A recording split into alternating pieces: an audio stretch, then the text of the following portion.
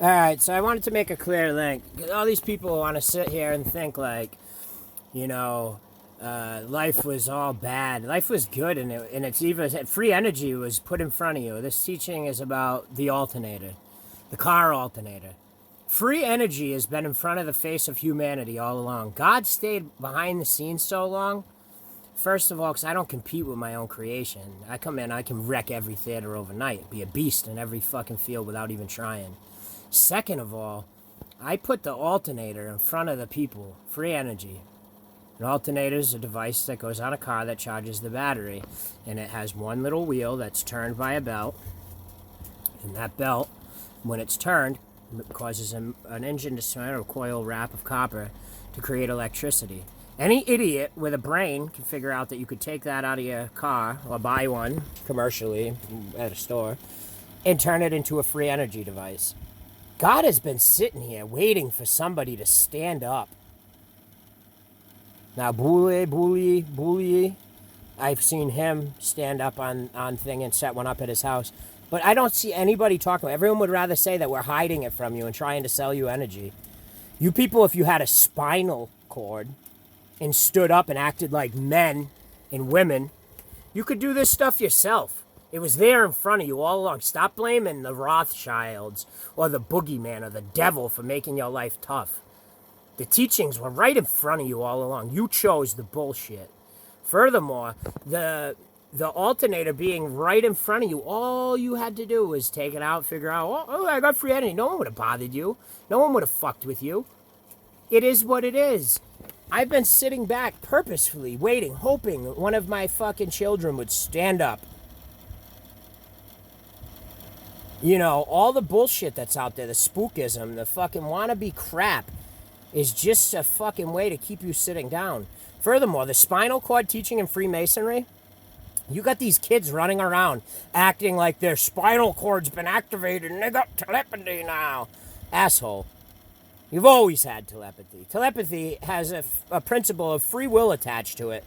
It's like mind melding. We showed you in Star Trek where you go up, you touch hands, and you both agree to give permission for the other person to meld with them so that you can sense their emotions in their field. And it's easiest understood during sex or synergistic energy exchange. But the teaching of the spinal cord in Freemasonry is about having a spine, standing up like a man, not letting anyone back you down because you got a spine.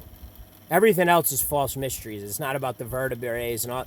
That's some asshole who got lost in hyperbole. All of my teachings are as simple as face value. Take the keyword and discard everything else. Everything else is meant to diversion, to send you down a rabbit hole, to get you lost.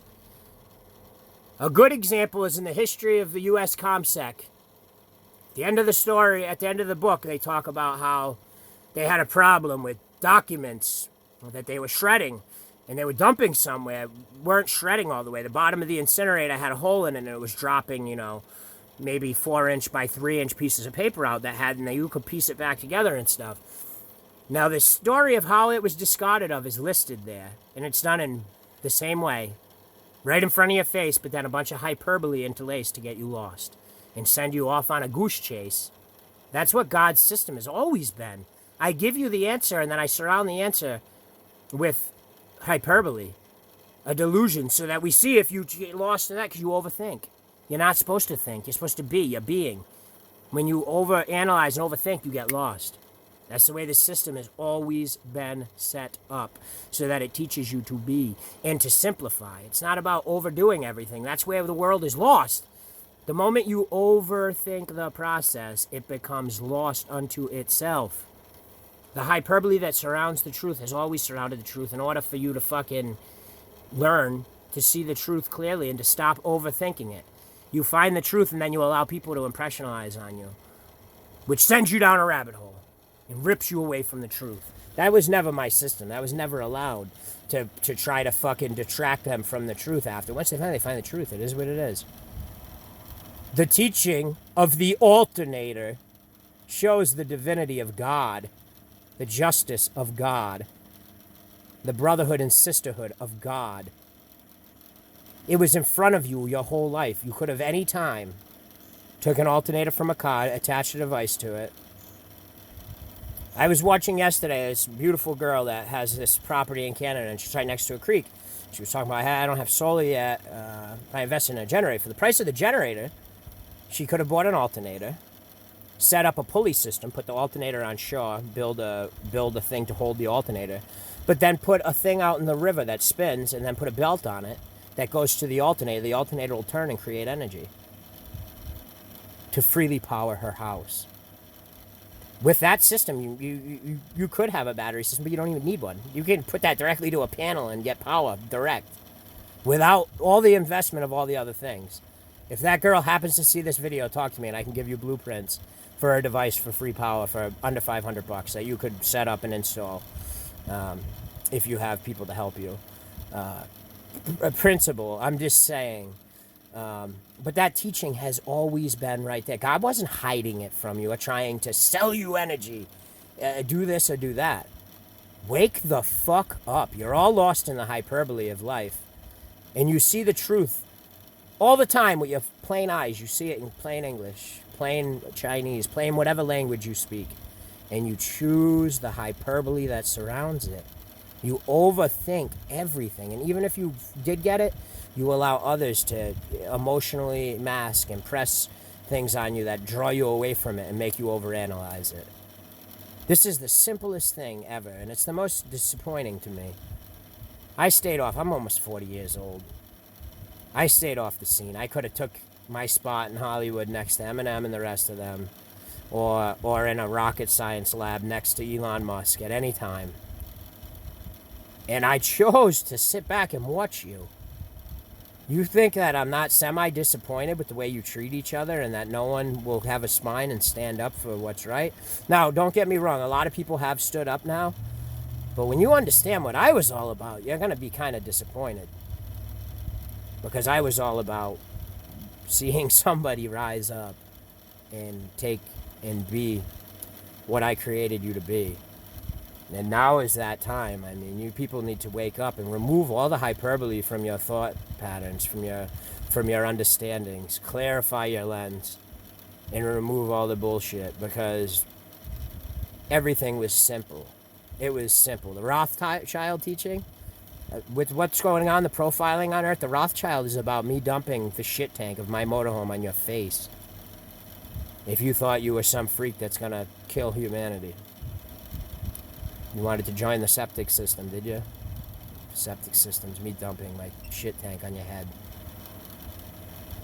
I built that in so that I could, if anyone harassed me in the neighborhoods I'm in, I could go and dump my shit tank on their front lawn. Know that now. Like, wake up. The technology that's about to come forth on Earth is truly beautiful. It's just like me telling that girl about how to build an alternator. You can get an alternator. You go to the junkyard, get one for $40, but you're better off buy a brand new one. But you can do that for $100 or so.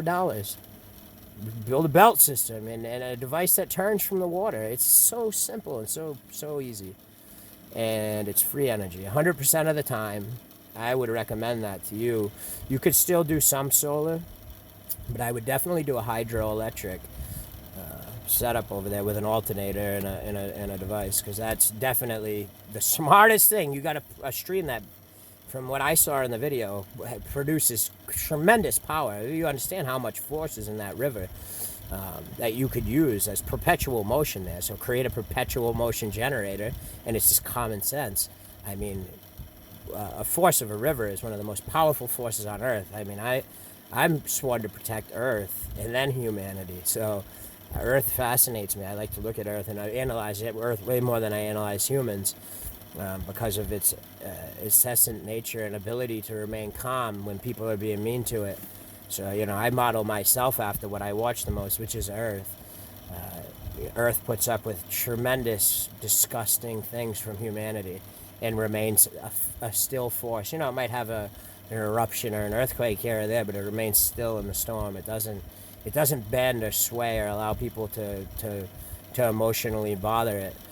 And that's what you should all try to strive to be, is like Earth. It's what gives you a home, and without Earth, you don't have a home. So you should take more notice of the way the Earth acts and try to model yourself after that. I mean, that's who I take most of my inklings from in life. I know that the earth is where my heart it comes from. You know what I mean? So when you figure that out, the strength of you is earth itself. So it is what it is. But yeah, definitely you want a perpetual motion generator for that perpetual force that you have coming through there with water. But yeah, go back to that teaching of the alternator and realize how benevolent life truly is, and that everything was in front of your face all along, and all you had to do was see it clearly and understand and apply it. And that's it. Like all the other lies and the bullshit, and furthermore, like finding out how much crap has been coming from my state, the place I live, Mundy Pharma, Purdue, Rhodes. I see all the things they were making all this OxyContin right in my home state, dude. And these people fucking were running a dental scam ring. That's how they got into the pharmaceutical trade. I mean, this is just a giant fucking shit show. So they opened up a OxyContin manufacturer so that they could make themselves fake dentists so they could write prescriptions for the fucking OxyContin. Most of the scripts that were out there on the street were coming from make-believe dentists, make-believe doctors. This was an ingenious system. They created a drug manufacturer to manufacture their dope.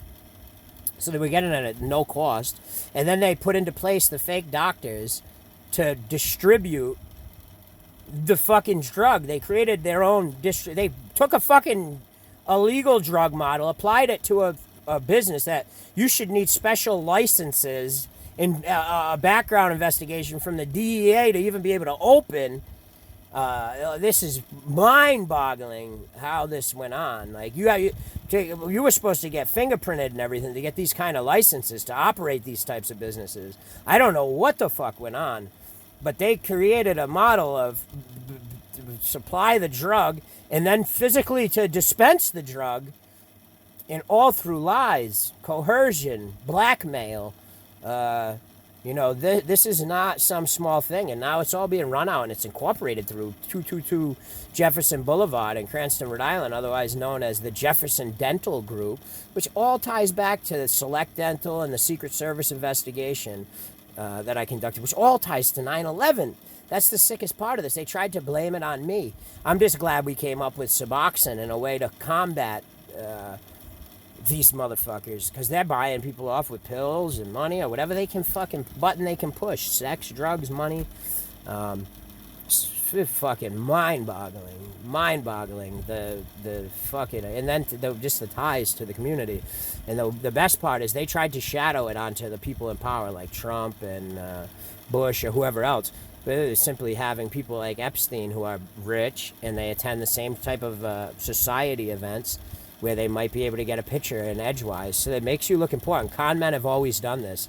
Con men, if they go to a place and they see a Donald Trump, if they just pull the con off for a couple $1 million, they'll go and buy Trump a $30,000 bottle of champagne just to get a picture with him. That's how these people operate. You have to be careful. When people try to give you gifts, be leery. Why would someone that you don't know hand you a $30,000 bottle? Why? So that they can get 5 seconds next to you and get a picture taken that'll help reinforce that there's somebody important. Every con man in the world does this. If they pull off a con, they'll give the money away to people that have influence. Schindler's List was a perfect example. They showed you the blueprint there. These people wouldn't watch Schindler's List. That'll work great. And then they try to get themselves to places that might go overbook at Mar-a-Lago or wherever, just so that they can get a chance that they might see Trump and get a picture. And they'll hand Trump something. Here's a $10,000 Rolex. That's how these people operate. They want to build credibility for them actually being people of influence and importance. Really, they're con men. They bought the picture for 30 grand. Fucking, it is what it is. You people need to wake the fuck up and see clearly and understand how these people operate. Don't fall for their important. They might show you a picture with this person, that person. Anyone can do that. Any one of us could. You got money, and you can get into an event that the person might be at. All you got to do is, send a bottle of Cristal over to Mr. Trump or whatever. They'll research before. If they know who they want to go after, they'll look him up, figure out what his favorite food is, what his favorite alcohol is. They'll just send it over. What the fuck's Trump going to do? Take that $30,000 back to the... You know what the fuck? He's going to be like, oh, thanks. Fucking... But that's how con men get close to people. And, I'm calling on everyone in Hollywood and in the politician world. You have to start paying attention when people want to give you a gift. Nobody wants to give you something for free. And oftentimes that bottle of Cristal or that golf trip or whatever you were given is going to be used to try to slander your name at some point, because they're using the illusion of a relationship with you, the illusion, because they'll make up tall tales and lie about it to try to reinforce that they're power brokers in this world. This is black and white, textbook con man criminality. I mean, these people are not at our table. They infiltrated our table by pulling a Schindler's List, handing out presents, just to get a picture next to you. You might have never even remembered the motherfucker, and you didn't know until you saw it. Oh, yeah, I remember that picture. I had some good Cristal that day. What the fuck? You have to start realizing, like me personally, if I was in public and someone tried to hand me a bottle of champagne, I would say no. Take it back to them. I don't want that. If I want champagne, I'll buy myself champagne. That's actually a form of an insult to me when you try to buy me champagne, because you're implying I can't afford my own fucking champagne. When we take back the definition of what it is to be a man, you'd understand there's no reason to take champagne from somebody else. You're a man. To me, to God, in God's eyes, that's an insult.